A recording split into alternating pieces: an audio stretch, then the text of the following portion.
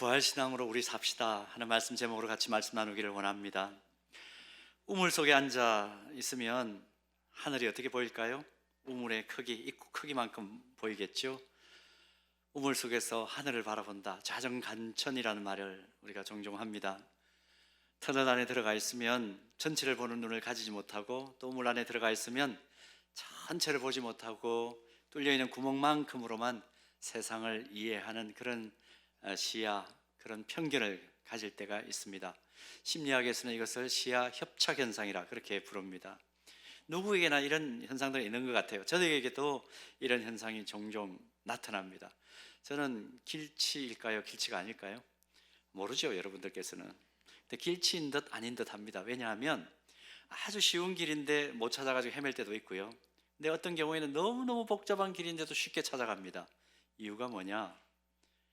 아주 복잡한 길도 쉽게 찾아가는 이유를 제가 이렇게 저 자신을 분석을 해보니까, 교회를 중심으로 저에게 약도를 가르쳐 주시면 저는 정말 잘 찾아갑니다. 뭐 눈에는 뭐밖에 안 보인다고? 교회만 보이는 거죠. 진짜 많은 간판들이 붙어있는 빌딩, 그 복잡한 간판 속에서도 교회 간판은 정확하게 찾아냅니다. 이게 뭐 강점일 수도 있고 약점일 수도 있겠습니다만은, 그래서 저에게 어디를 찾아오라 그렇게 말씀하실 것 같으면 꼭 교회를 중심으로 약도를 그려주시기 바랍니다. 그럼 제가 아주 쉽게 찾아갑니다. 자, 여러분, 시야 협착 현상 나쁜 것만은 아니죠. 근데 이게 잘못되고 심화되면 이게 편견이나 아집으로 굳어질 수가 있습니다. 오늘 우리가 읽은 본문에 나오는 사두개인들이 그런 사람들이에요. 예수님을 향해서 부활에 관한 질문을 던지는 장면이 기록되어 있지 않습니까? 이 사두개인들은 주전 965년에 솔로몬이 이스라엘을 통치하던 그때부터 대제사장이었던 사독이라는 사람이 있습니다. 그 사람의 후예들을 사두개인 이렇게 부릅니다. 이 사람들 구약의 율법서 가운데 모세오경만을 권위 있는 하나님의 말씀이라 그렇게 받아들였습니다. 근데 이 모세오경 속에는 부활에 관한 언급이 하나도 나오지 않습니다. 직접적으로 나오진 않죠. 그래서 부활은 물론이고 천사라든지 악마라든지 영의 존재 자체를 완전히 부정해버립니다. 사도행전 23장 8절 말씀 보면 이 사두개인들의 특징을 이렇게 기록하고 있습니다. 이는 사두개인은 부활도 없고 천사도 없고 영도 없다 하고 바리새인은 다 있다 함이더라. 특징을 쉽게 이해할 수가 있죠. 다 제사장의 역할을 이후에 이 사독의 후손들이 감당한 것은 아니었지만 제사장 가문에 속했기 때문에 귀족 계급으로 유대 공동체 안에서 인정을 받았습니다. 그리고 당시에 예루살렘 성전과 또 주요 회당들을 장악하고 있으면서 아주 경제적으로 부유했던 사람들입니다. 삶을 영위하는데 아쉬울 것이 없었던 사람이에요. 로마 제국 거치 안에서도 이 로마 제국과 결탁한 친로마 경향 성향을 띠었습니다.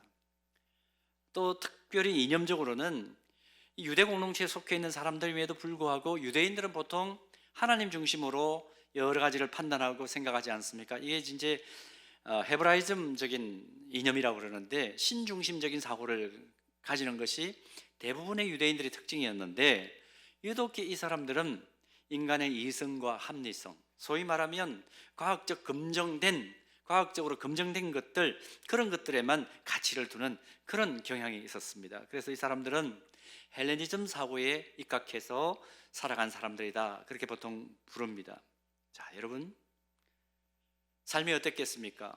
현실 세계에 집중하고 또 귀족 계급이었고 나름대로 먹고 살만했고, 특별히 유대 공동체는 성전 중심의 삶을 살았는데 그것을 주도적으로 장악해서 살아갔던 사람들, 이 사람들 나름대로 아마 현실 세계 속에서 살만했을 겁니다. 그런데 갑자기 예수라는 인물이 나타나서 그들의 잔잔하고 안정된 호수와 같은 잔잔한 거기에 파문을 던지기 시작을 합니다.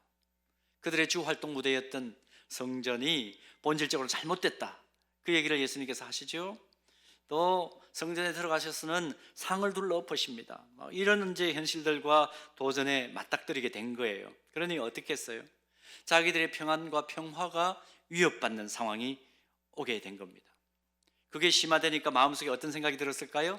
예수님을 미워하게 됐겠죠. 저 예수 없애버려야 되겠다.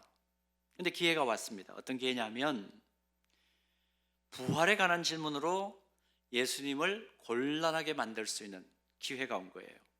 그래서 오늘 우리가 읽었던 본문 19절부터 쭉 기록되어 있는데 이것을 계대결혼법이라고 합니다. 이게 신명기 25장 5절에서 6절에 기록되어 있는 것을 이 사두개인들이 재인용을 했는데, 자, 신명기에는 어떻게 기록되어 있는지 한번 보십시오. 그들의 삶의 진리의 기준으로만 받아들였던 모세오경 속에 있는 신명기입니다. 형제들이 함께 사는데 그중 하나가 죽고 아들이 없거든 그 죽은 자의 아내는 나가서 타인에게 시집가지 말 것이요, 그의 남편의 형제가 그에게로 들어가서 그를 맞이하여 아내로 삼아 그의 남편의 형제된 의무를 그에게 다 행할 것이요, 그 여인이 낳은 첫 아들이 그 죽은 형제의 이름을 잊게 하여 그 이름이 이스라엘 중에서 끊어지지 않게 할 것이니라. 굉장히 이게 곤란한 질문이죠. 예수님께서 뭘 가르치셨느냐 하면 요한복음에서 이렇게 가르치셨습니다. 나는 부활이요 생명이니 나를 믿는 자는 죽어도 살겠고 살아서 나를 믿는 자는 영원히 죽지 아니할 것이라. 그렇게 요한복음 11장 25절에서 26절 사이에서 가르치셨습니다. 부활과 영생을 가르치신 것이죠. 근데 사도개인들이 볼 때에 자신들이 권위 있게 받아들이는 율법에 기록된 대로라면 이 부활과 영생은 불합리하고 존재하지 않는 거예요. 사두개인들이 지금 신명기에서 인용한 이 계대결혼법 내용을 보면 이건 어떻게 보면 천국 가서 다 살아있게 된다면 어떻게 되는 겁니까? 결혼 관계가 이상해져 버리는 거예요. 가족 관계가 굉장히 헝클어져 버리는 거죠. 그런 이유를 들어서 예수님을 공격하는 겁니다. 당신이 지금 얘기하고 있는 부활과 영생은 이건 우리가 가지고 있는 진리의 기준에 부합하지 않다. 그러므로 이건 어떻게 되는지 해석해보라. 그렇게 지금 요구를 하고 있는 것입니다. 근데 사실은 이 계대결혼법이라는 것은 원래 이 구약시대 때 제정이 된 이유가 있습니다.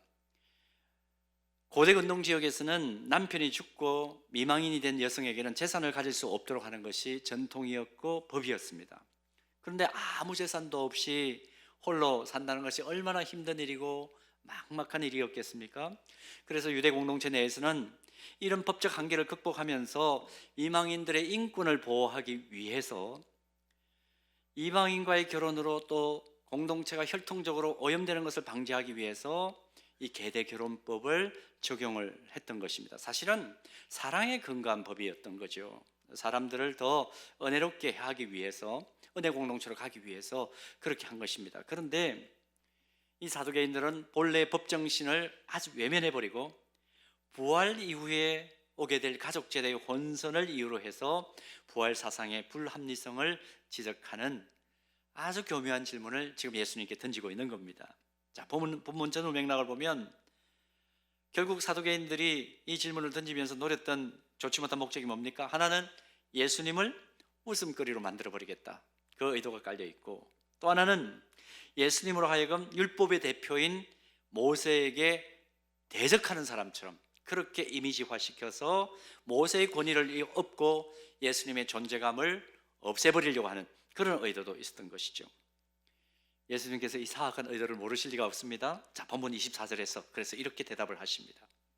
예수께서 이르시되 너희가 성경도 하나님의 능력도 알지 못함으로 오해함이 아니냐.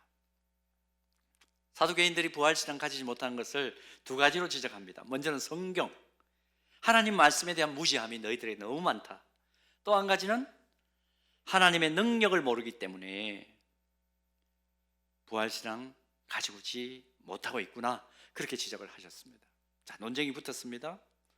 그러면서 예수님께서 부활신앙의 성경적인 의미와 능력의 하나님에 대해서 정언을 하시는 내용이 본문 25절에서 27절에 나타나는데, 이 말씀은 중요한 말씀이니까 우리 같이 한번 25절에서 27절 같은 목소리로 천천히 한번 읽어볼까요? 다 같이 봉독합니다.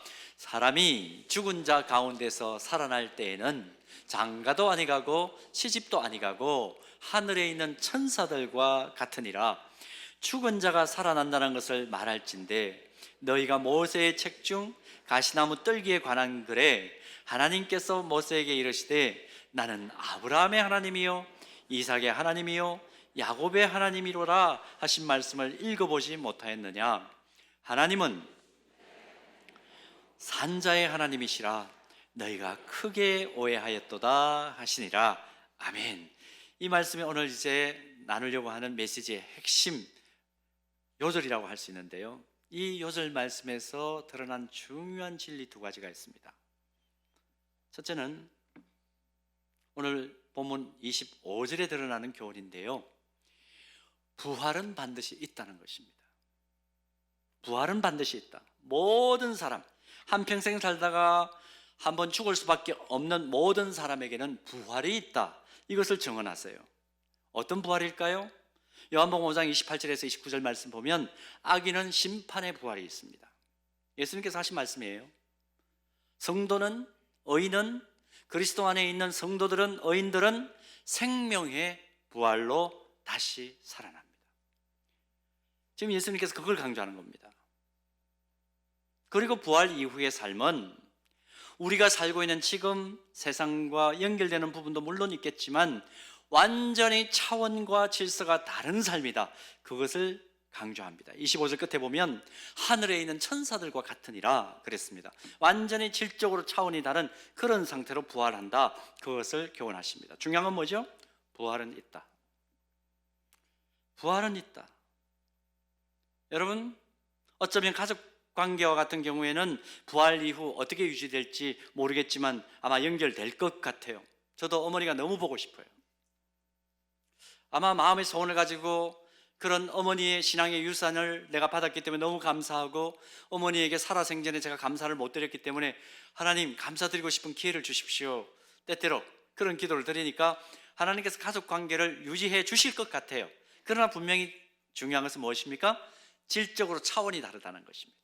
완전히 질적으로 차원이 다르다는 것입니다. 혹시 여러분 천국 가서 우리 가족 중에 더 이상 보지도 말고 엮이지도 말아야 될 그런 존재가 있는데 어떡하지? 염려하지 마십시오. 뭐라고 그랬습니까? 설령 유지된다고 할지라도 그 관계는 차원이 다른, 질적으로 차원이 다른 관계일 것이다.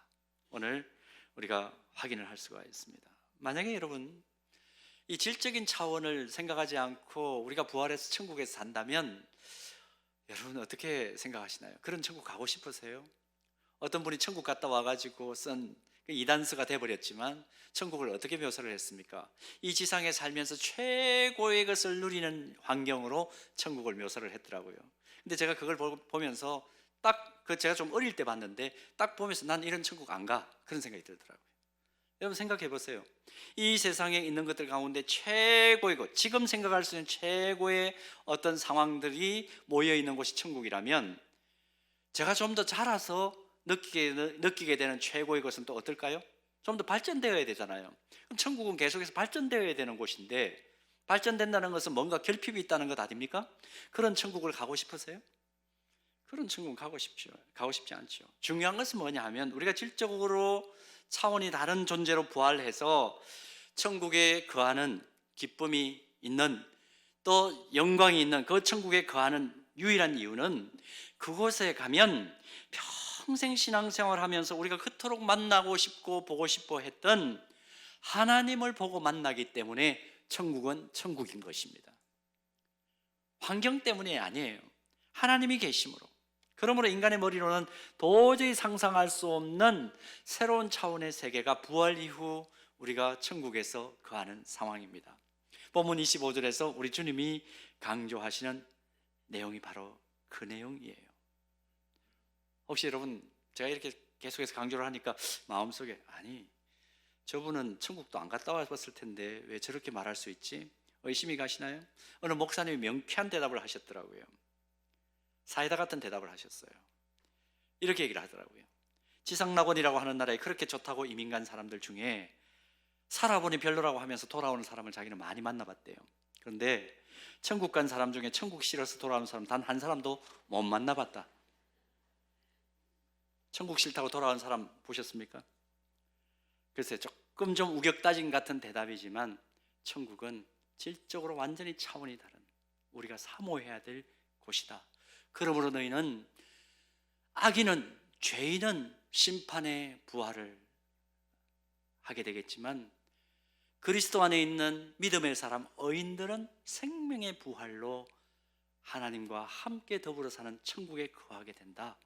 이 사실 너희들 인식해야 된다. 예수님께서 오늘 본문 25절에서 강조해 주십니다. 자, 그런가 하면 또 한 가지, 오늘 본문 26절과 27절에서 주님이 교훈하고 싶어 하시는 또 하나의 진리는 뭐냐 하면, 하루를 살아도 부활의 삶을, 부활의 능력을 경험하면서 살아라, 그렇게 우리에게 권면하십니다.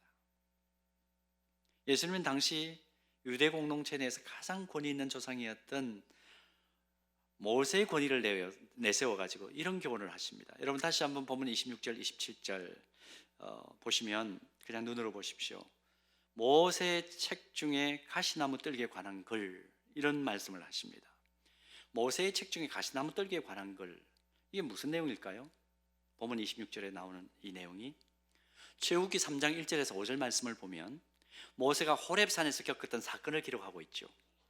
모세가 그의 장인인 미디안 제사장 이드로의 양떼를 이끌고 호렙산에 이르렀을 때에 뜰기나무에 불이 붙었는데 그 뜰기나무가 타서 그냥 재가 되어 살아버리지 않고 계속해서 타는 놀라운 광경을 봅니다.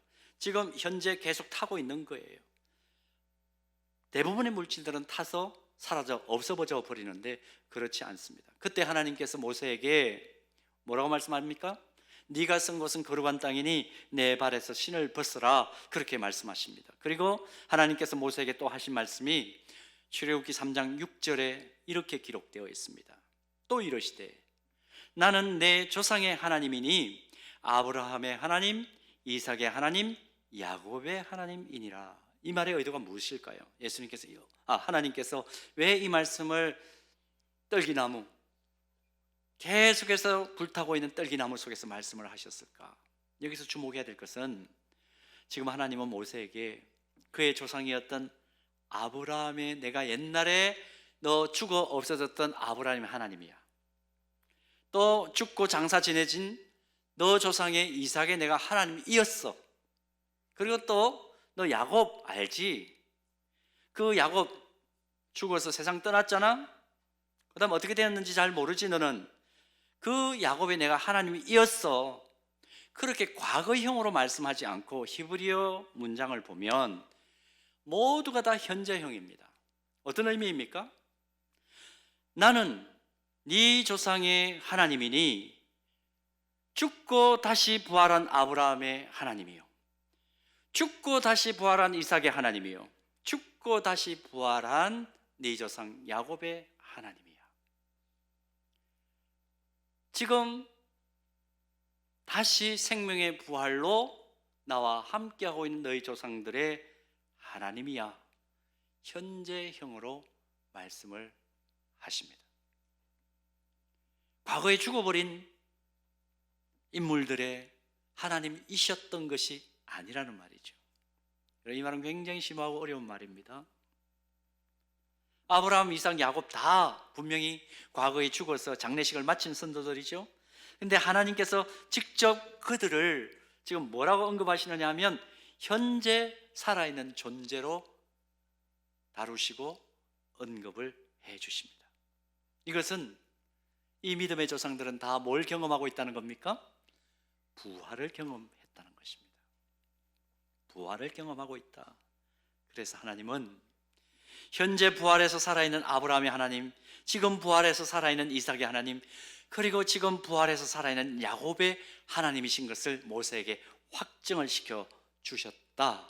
예수님께서 그것을 다시 한번 사두개인들에게 상기를 시켜주는 것이죠.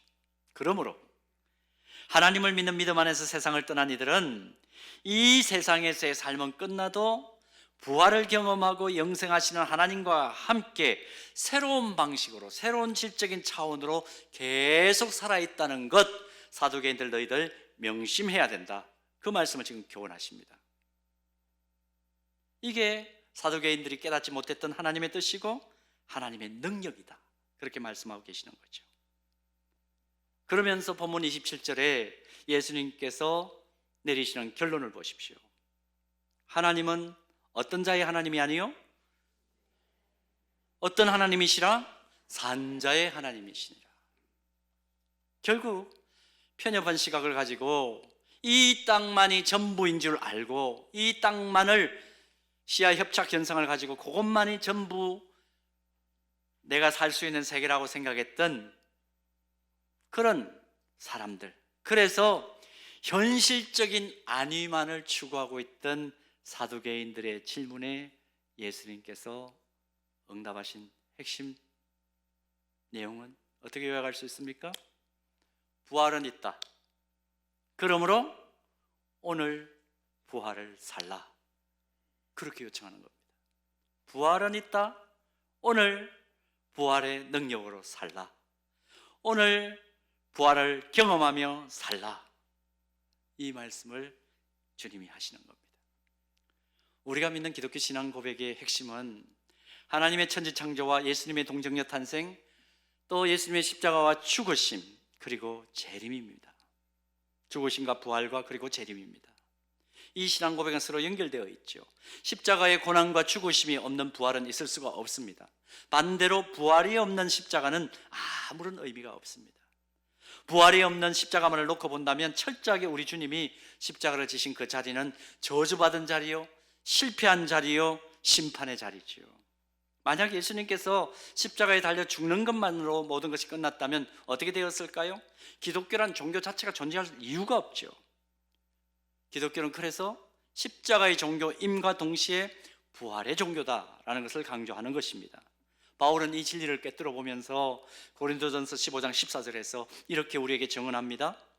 그리스도께서 만일 다시 살아나지 못하셨으면 우리가 전파하는 것도 헛것이요 또 너희 믿음도 헛것이다. 정말 여러분 깊이 묵상해 보십시오. 이 땅에서 한평생 살다가 죽으면 모든 것이 끝이라고 한다면 예수 믿는다고 하는 우리만큼 불행한 사람 없습니다. 또 불쌍한 사람이 없습니다. 무엇하러 이 고생을 하면서 힘들게 신앙생활 하십니까?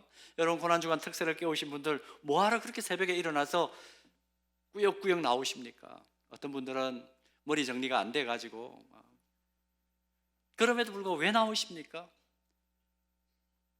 생명이 여기 있으니, 생명수의 근원이 여기 있으니 내가 어디 가서 영생의 말씀을 길어 올리겠습니까? 그 마음으로 나오는 거죠. 우리에게 주님처럼 부활하며 영원히 살 소망이 있기 때문에 신앙생활에 의미가 있고 말씀을 지키는 묘미가 있는 것 아니겠습니까? 오늘 예수님은 철저한 현실주의자인 사두개인들 앞에서 부활은 있다 그렇게 선언하십니다. 예수님께서 부활은 있다고 선언하시는 이유는 오늘 이 말씀을 펼쳐놓고 예수님 말씀을 듣고 있는 우리가 현실의 삶 속에서 부활의 능력으로 살아가기를 원하시기 때문에 오늘 우리로 하여금 또 이 말씀을 보게 하시는 거예요. 냉철하게 보면요, 기독교 신앙 안에 오늘 주님이 말씀하시는 부활이 없다면 기독교는 다른 종교와 별로 구별되지 않습니다. 그저 세계 4대 종교 중에 한 종교에 불과해요. 여러분, 부활이 2000년 전 팔레스틴 땅에 사셨던 예수라는 한 분에게만 일어난 사건이고 우리에게는 다시 경험되지 못할 사건이라고 생각하고 교회를 다녀보십시오. 그것만큼 불쌍한 일이 없습니다.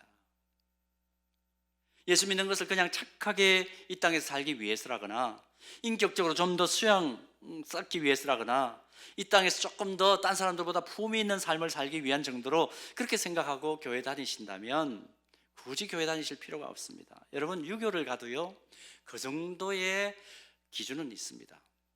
불경을 읽어보세요. 그 정도 수준에는 우리 도달할 수 있죠. 인격적인 사람으로 살아가는 데는 도달할 수 있죠. 이 세상에서 어떻게 처세하며 살아가야 될 것인가. 어떨 때는요 한 번씩 그렇게 이제 SNS를 보니까 그 연결돼 가지고 알고리즘으로 오는 것이겠지만 어느 스님 얘기하는 거 보면요, 와, 목사보다 훨씬 낫다 그런 생각 들 때가 있습니다. 와, 이분은 진짜 목회자보다 훨씬 낫다. 이분을 하나님께서 좀 목사로 만드시지, 그런 아쉬움이 들 때가 있습니다. 불경만 가지고도 이야기하는데도요 어느 정도 인생을 살아가는데 진리를 터득할 수가 있습니다. 진리라기보다는 인생을 살아가는 어떤 여러 가지 처세를 충분히 얻을 수가 있는 것 같아요. 신비의 경험 여러분 어때요? 훨씬 더 여러분, 다른 종교의 신비 경험이 많을 수도 있습니다. 무속 같은 거 보세요. 요즘 선거철을 앞두고 신비 경험을 통해서 앞길을 알려준다고 점쳐줄 수 있다고 하는 역술인이 우리나라에 지금 100만 명이 있대요. 여러분 생각해 보세요. 그런 사람들 더 신비 경험 더 많이 일으켜낼 수 있는 거 우리가 보잖아요. 엄밀하게 말하면 그럼 기독교는 뭐가 차이가 나냐? 기독교는 단순한 종교가 아니라 진리라는 것입니다. 개인의 위안과 눈물 나는 일들을 치유하는 일, 물론 그것도 있습니다만은 그 이상이에요. 그 이상이에요. 만약에 개인의 위안과 개인의 어떤 치료받아야 될 그 일들에만 그치면 그건 기복 종교죠. 개인 마음 수련에 초점을 맞추고 평안 장사를 한다면 그건 자신이 복받는 것에만 초점을 맞춘 기복 종교죠. 무속 신앙에서 개인의 안녕과 앞길을 위해서 부적을 파는 거 우리가 잘 알지 않습니까? 4월 초파일 앞두고 사찰에 사람들의 이름을 등에 붙여가지고 거는 거 대표적인 신뢰입니다. 그러나 진정한 진리인 기독교는 하나님이 말씀하신 영원한 세계를 깨닫게 하면서 영원한 진리를 깨닫는 사람으로서 어떻게 하나님의 자녀답게 이 세상을 사느냐, 그것을 반복적으로 강조하는 것이 기독교예요. 만약에 마음의 위로를 얻고 평안을 얻는 차원에서 만족하는 정도가 기독교라면 다른 종교로 대체해도 아무 문제가 없습니다. 기독교는, 성경은 이 세상이 전부가 아니라 부활 후에 영생하는 삶의 세계가 있고 2000년 전에 예수님께서 이 땅에 오셔서 실제로 부활의 첫 열매가 되심으로 예수님의 부활이 오늘 나의 부활로 경험되는 것을 강조하는 것이 기독교입니다. 여러분 믿습니까? 그래서 왜 부활절이 중요한지를 깨달으셔야 됩니다. 자, 그런 의미에서 우리 다시 한번 확인합시다. 예수 부활 나의 부활입니다. 예수 부활 우리의 부활입니다. 사도 베드로는 베드로전서 1장 3절과 4절에서 그래서 이렇게 선언해요. 우리 주 예수 그리스도의 아버지 하나님을 찬송하리로다. 그 외에 많으신 긍휼대로 예수 그리스도를 죽은 자 가운데서 부활하게 하심으로 말미암아 우리를 거듭나게 하사 산 소망이 있게 하시며 썩지 않고 더럽지 않고 쇠하지 아니하는 유업을 잊게 하시나니 곧 너희를 위하여 하늘에 간직하신 것이라. 지금까지 말씀드린 것의 요약입니다. 그리스도인은 과연 그러면 어떻게 살아야 될 것인가? 하루를 살아도 부활의 산 소망이 내 삶을 압도해서 살아야 되는 것이죠.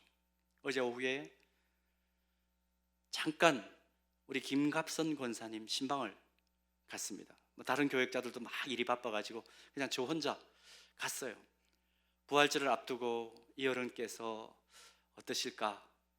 이분은 부활절 그러면 항상 좀 독특하게 지키시는 그 삶을 제가 알기 때문에 또 최근에 좀 넘어지셔서 회복되는 과정 속에 있기 때문에 내일 부활절인데 또 어떻게 준비하고 계실까? 그렇게 갔어요. 가서 문을 열고 권사님 하고 들어갔더니 휠체어에 앉아 계시더라고요. 앉아 계시는데 마침 권사님을 돕는 여사님이 계셨어요. 뭐라고 저한테 말씀하시냐면 그 여사님께서 권사님 내일 부활절이라고 지금부터 준비하고 계세요. 그러면서 환하게 웃습니다. 목사님 내일 부활절이죠. 그렇게 말씀합니다. 손을 꽉 쥐시는데 저보다 더 힘이 있어요. 부활절날 뵙겠다고. 부활절날 뵙겠다고. 무슨 일이 있어도 나오겠다는 결단이 대단했지만 오늘 아쉽게도 나오지 못하셨습니다. 100여세가 이제 100세가 가까워 가는 나이 연세 아니십니까? 그분에게는 이것이 산소망인 거예요. 그래서 힘을 얻고 그래서 다시 일어나고 그래서 살 의미를 가지는 것을 확인을 했습니다. 사랑하는 여러분, 부활의 소망을 가지고 있는 이상 아무리 현실적인 삶이 고달파도 우리는 절대로 꺾이지 않을 수 있습니다. 믿습니까? 부활의 산소망을 가진 이상 우리의 삶은 결코 허무와 무의미로 끝나는 삶을 살 수가 없습니다. 믿습니까? 부활의 산소망을 가진 이상 우리의 삶이 때때로 위기 상황이 내몰릴 때가 있죠. 그렇지만 완전히 쓰러져 그 자리에 엎드러져 있지 않고 넘어진 자리에서 벌떡 일어날 줄로 믿습니다. 부활이 있습니다. 그러므로 부활의 산소망이 내 삶을 압도해서 나를 생기있게 만드는 그런 삶을 살아내기를 주님의 이름으로 축복합니다.